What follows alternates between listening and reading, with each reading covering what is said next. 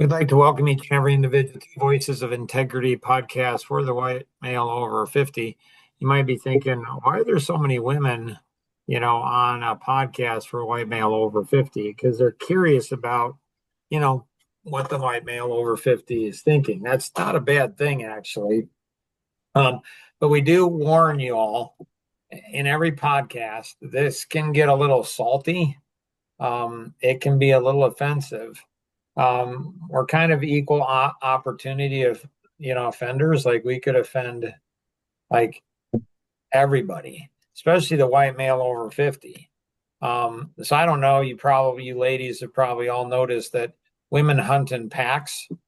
And so if you attack one woman, if you say something that kind of you know offends one woman, you offend like them all, and they all kind of attack you at the same time. Men are not like that.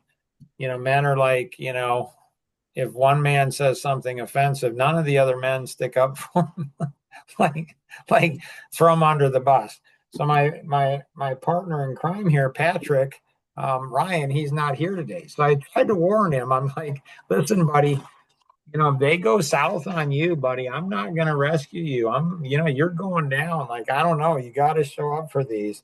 Um, so so um, anyways, um, so we've been kind of going through a series here, and it's an interesting series on triumph and truth, being a man, a father. So on the first podcast we went through, it's not about you, and this has, so when men, especially fathers, husbands and fathers who think it's all about them, their feelings, their everything, and like everything. I don't know. I just kind of get a little bit. It triggers me. Like, hey, I want to, like, what I want to do is I want to put pictures of men here, like pictures down here of men that it's all about them. I really do. I mean, honestly, I really do. I want to put and say, hey, these are men that say it's all about them. Because it's funny, because a lot of these men, it's like they're imposters. That's not this session. That's another, session. But it's like they're trying to fool people. They're trying to fool people, and it's weird. Like it's just funny. But let's go ahead and go to tip two. So I admire you, men that are going through this, 52 tips to being, a man, to being an amazing, husband and father. So okay, so let's go ahead and say, let's go to tip two. Don't try to be liked, be respected. And so one of my sons-in-laws, he went ahead and said he wanted to be liked by me. And the guy he told, or the gal he told, or I don't know how it somehow kind of came back to me, and they were laughing and they're like, you don't want to be liked, by Mark. You just don't. Now, Nora, she has some secrets, but she's not sharing those. So she's right now, she's at a 7.25. But if you're a man, you know, if you're a man and you want to be liked by me, she might share the tips. And so, what's the difference between being liked and respected? A lot. And so for men, I just think, did your dad? Is this how did your dad want to be liked? Like if he did, that might be, hey Lincoln, buddy. That was my buddy. So if he did, hey Lincoln, how you doing, friend?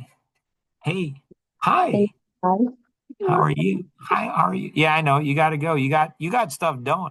You're not gonna just sit and listen. I get it. Yeah, we next time we need to have you come over. You and I could do some adventures together. That'd be fun. Um, and Scoot over. so Scoot it's over. like my dad, he didn't he didn't try to be liked. toes are getting cold.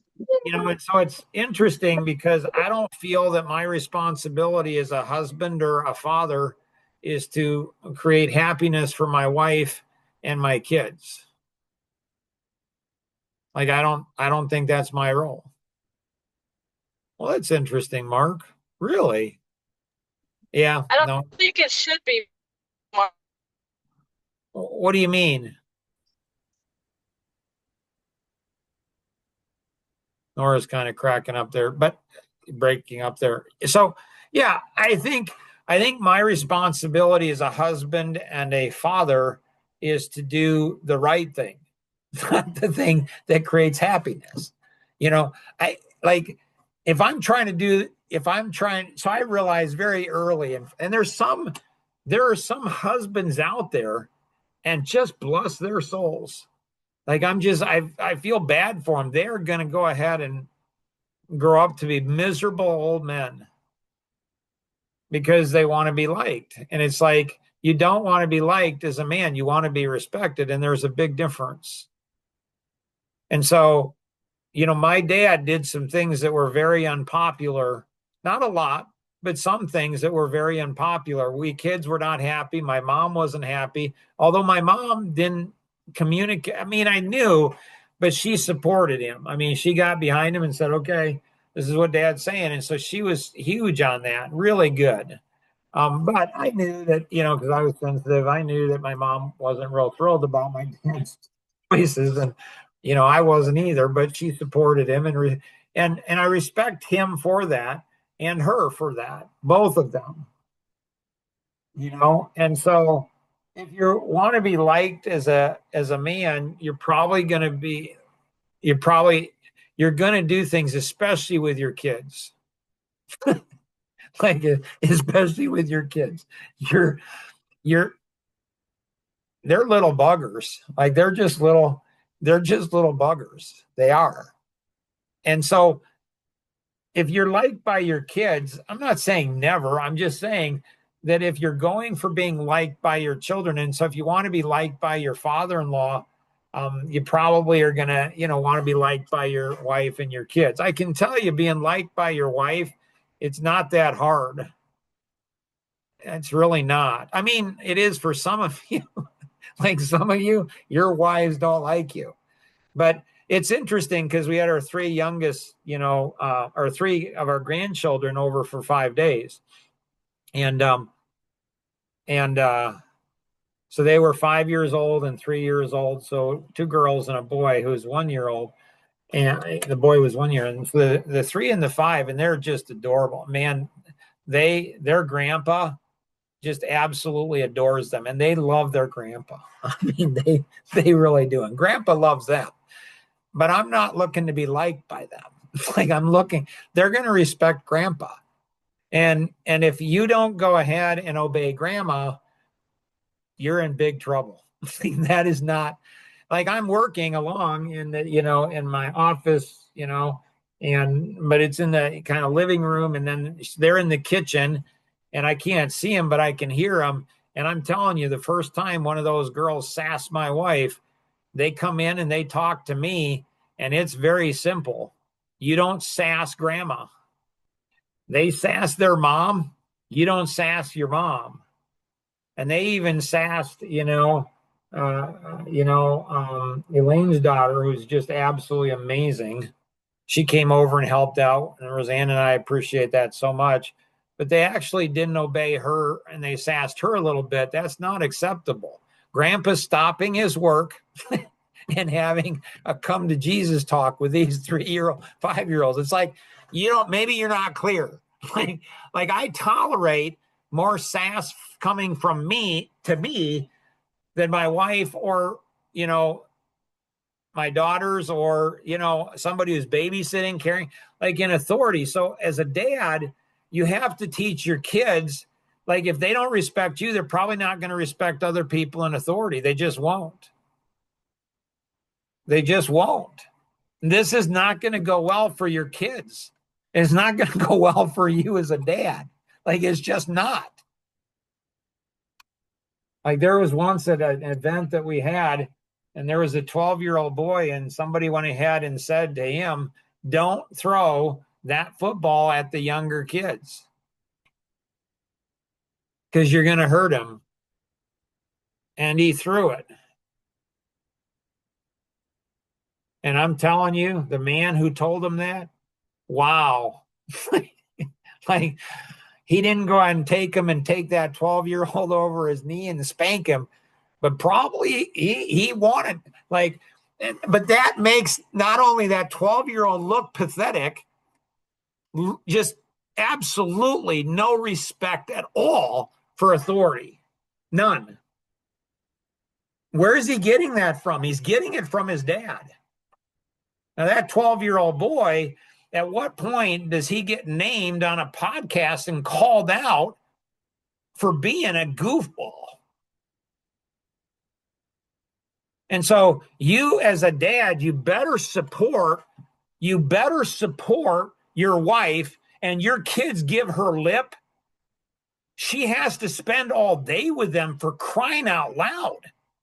Do you have any idea what that's like? Like, try spending an hour or two with them. They're little monsters. Like, they just are.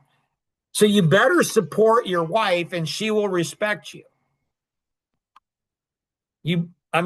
So I don't think this is that complicated, but there's some men out there that just don't. What's weird is you can tell it publicly. Like, there was one guy, he's a goofball. And when it was actually the same father that had the 12-year-old. And when that 12-year-old was, I don't know, maybe 9 months or something, they were at a museum or something, and the 9-month-old or year-old went ahead and said, he wasn't obeying his dad. And his dad says, if you don't obey me, I'm going to give you to your mom. What? What? like what? You're just, there's this white paper out there, and it's titled Wussy Men. And so these weak men, it's almost like the biggest fear they have is being called out. They are terrified of having their names mentioned. But everybody already knows it. You just meet him and you're just like, that guy has no control over his children. His children don't respect him. They don't like. So if you try to be liked, you won't be respected and you won't be liked. Both. I mean, you'll be liked when you give them sugar or you give in to them, or they can do anything that they want. But they're going to grow up to be miserable human beings unless your wife bails you out. And if your wife's bailing you out, whatever you do, I'm just saying, when people compliment your kids publicly, don't take credit for it, especially if your father-in-law's there. Like, just don't. Like, don't go, yeah, my wife and I, we spend a lot of time really working them. You do not, you goofball. So anyways, obviously there's a little bit of trauma. My therapist, Beth Smith, she said, hey, you ought to go ahead and, share these things, because that helps you to go ahead and heal and everything like that. Mary, any thoughts or questions you have? Not really, but preach it. Right? I mean, just. It's just not complicated. It's not. It's just not. And so my dad was not a warm, touchy guy. I remember I was in 2 small groups, church small groups with men, and both men, and nobody knew each other except I was the only common denominator, totally separate groups of men. And both of them said at the same time, right around, they said, we don't think you have the relationship you could with your dad. And I'm like, okay. So I go to my dad. He's just lived across town. I said, hey, Dad. I walk in, and he's like 70 years old. And my mom's right beside him, sitting right beside him. And, and they've been married 50 years. And I said to him, hey, Dad, a couple men's groups that we don't have relationship we could. And he laughed and he said, well, I don't, really have a strong, close relationship with any of you four boys. So I have three brothers. And I kind of looked at him and said, okay, Dad. And I said, he said, do you have a deep relationship with anybody, Dad? And he kind of chuckled and he says, yeah, probably not. I expected my mom to whack him. Like if I said that to my wife, she'd whack me. What do you? But she didn't. She just sat there. No, he doesn't. And I said, are you okay with that, Dad? And he laughed again. He said, I must be, right? And so I don't know. I don't know that. And when he died, and he was an amazing dad. I mean, loved him, taught me hard work.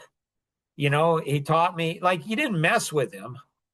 You don't mess and you don't sass and talk back to your mom. And he was not an angry man. He was firm. He was firm. You knew who was in, you knew, you obeyed him. If you didn't, but he never disciplined. I never remember him disciplining me in anger. Maybe my older brother, but my older brother, Vern, he went ahead and said when he got older, he said, I don't think Dad, spanked me enough. I agreed. He should have spanked him a lot more than he did. And so I don't know that I really liked my dad. I would say probably not, but I respected him. I respect him a lot. He made some hard decisions and they were the right ones. And so if you're a man and you're egoing up and you're saying, well, I'm in charge of this place, you don't, if you're talking that you care or you're talking that you're loving, if you have to tell your wife and tell your kids that you're a good dad, yeah, I'm a good dad, I'm a good husband, I can just tell you that's not going to work. Your wife's not going to believe your talk. Nobody's going to. Your kids are definitely not. And you yell at your wife, you treat her one way at home and you treat her a different way in public, it's going to get out. Shoot, we'll put your name and picture up here. Elaine, any thoughts you have, questions? Just that, yeah, more fathers need to take their sons aside and give them the P's and Q's of how you should react to a woman, I guess. Yeah, all three of my boys kicked my wife once when they were, I don't know, 2 or 3 or something. They did it once in front of me. I caught them once and it never happened again. It never, ever happened again. You ever strike your mom, I don't care how angry, I don't care anything. You ever do that to your sisters, let me tell you, buddy, you'll have me to deal with. But it's not only that, it's and women, they can irritate. They don't have any idea how much they can irritate. Man can, and moms, oh my goodness, they can irritate. Oh, they can irritate like crazy. But I told my boys, told my girls too, but really emphasized it. If you think your mom's not being fair to you, if you think your mom's not treating you well, come talk to me, because that's an issue. It's weird. They never did, because they always knew she was the soft one. They would make a joke of it. They'd say if you want to feel good, go and talk to mom. You want to fix something, go talk to dad. So as a general rule, almost always, maybe always, I thought my wife was too soft on them. Honey, you don't have to put up with that kind of stuff. So there's a lot of stories with, 4 girls and 3 boys. There's a lot of stories that I could share about my 7 kids and, a dad. Nora, questions, thoughts, anything you have?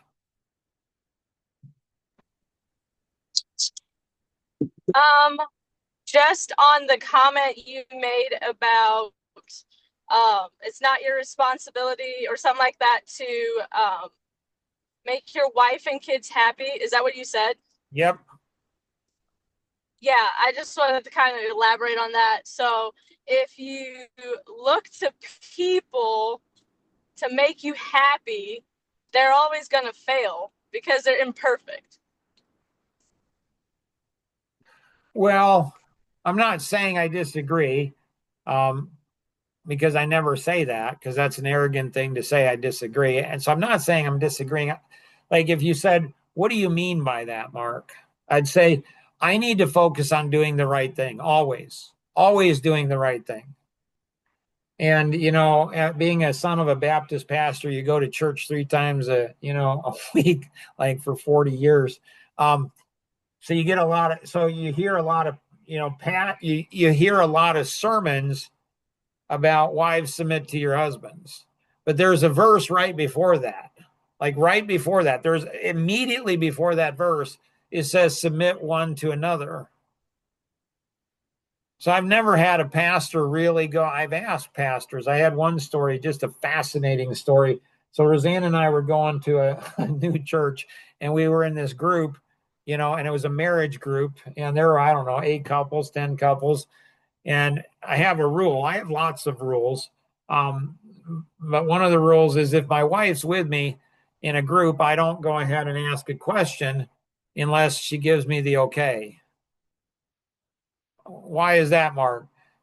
Because my questions disrupt things, and we can get kicked out of a church by one question. It's crazy. I mean, so I make her life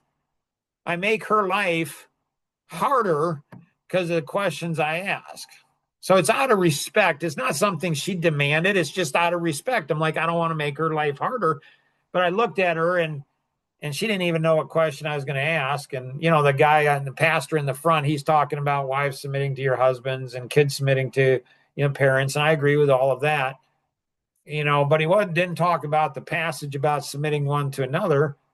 And so I had been working on that for like 10, 15 years. I couldn't, when am I supposed to submit to my wife? When am I supposed to submit to my kids? It says submit one to another. So I'm supposed to submit to other people. I just don't know when and how. So I look at her and and she's like shaking her head no. Like she's like, nope, don't ask the question. But she didn't know what question. She just know any question I ask is going to irritate probably the leader, in front, especially the pastor.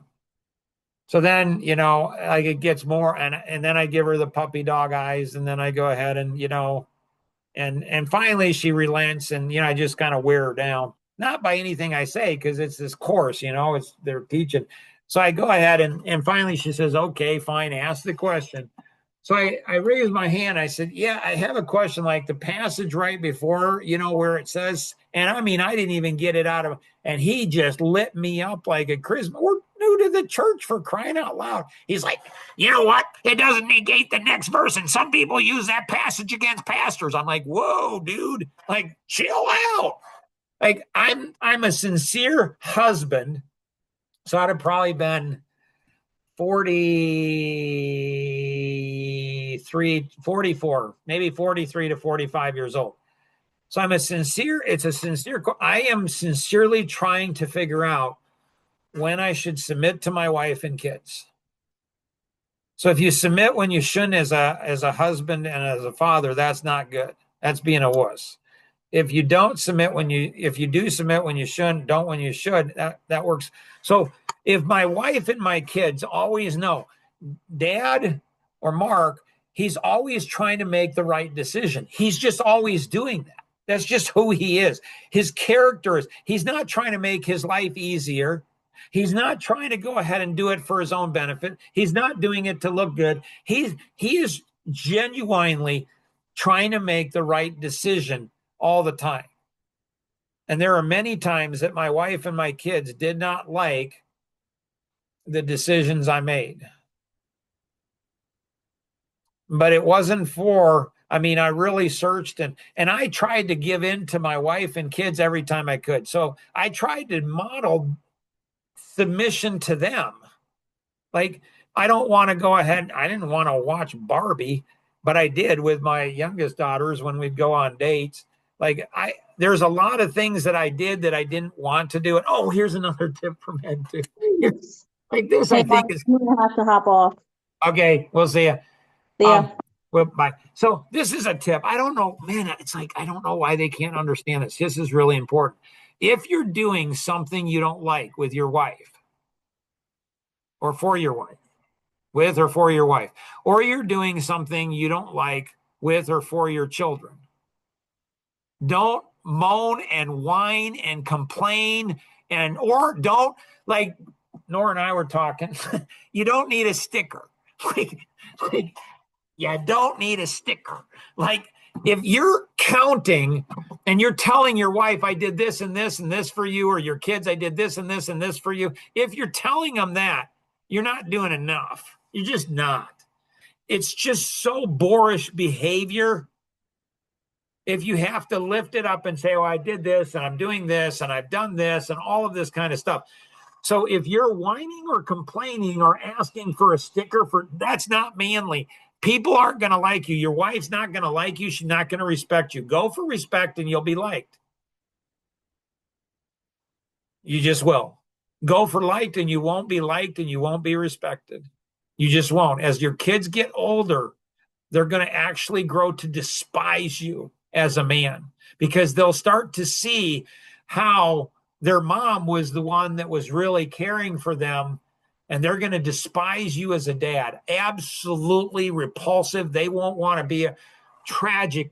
I mean, there's two young men, teenage boys, and I'm telling you, and they came over and they're working with one of the companies, and he said, one of the boys said, I'm going to go in court because the court's making me. They're going through a divorce, and the dad's in court, and he says, I'm going to go in court, because I have to go and be there. I'm just going to go up and say, the court is making me be here, and so I'm here. I'm doing what the court tells me to do, but I don't want anything to do with you, Dad. And it's like, it's heartbreaking. It's absolutely heartbreaking. So men, if you're doing something you don't want to do, you don't like doing it, put a smile on your face, learn how to enjoy it. My mom went ahead and told me when I was 16, Mark, you're going to be working the rest of your life. Learn how to enjoy it. I don't know that she was really intentionally telling me about that as a husband or a father. But there are some things as a husband I don't like. I just don't like. I don't like it. But it comes with a job, right? Like, there's so many things I love about being, a husband. There's things I don't like about, like this last week was not fun being a father of adult children. I could have, yeah. But you know what?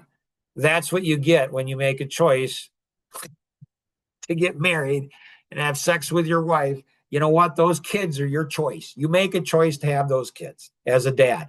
So you take the good, the bad, and the ugly. And I'm telling you, it's absolutely the greatest thing in the world. It's made me the man I am today. I am so thankful and grateful for every good, bad, and ugly experience. So take the high road and the hard road, man, and you'll never be sorry. If you have any questions on anything we covered in today's podcast, connect with the individual who invited you to participate in today's session, or you can call toll-free 888-230-2300, outside the U.S. 630-393-9909. And always remember, we can accomplish so much more together than we ever could on our own. Have an amazing day. Bye-bye.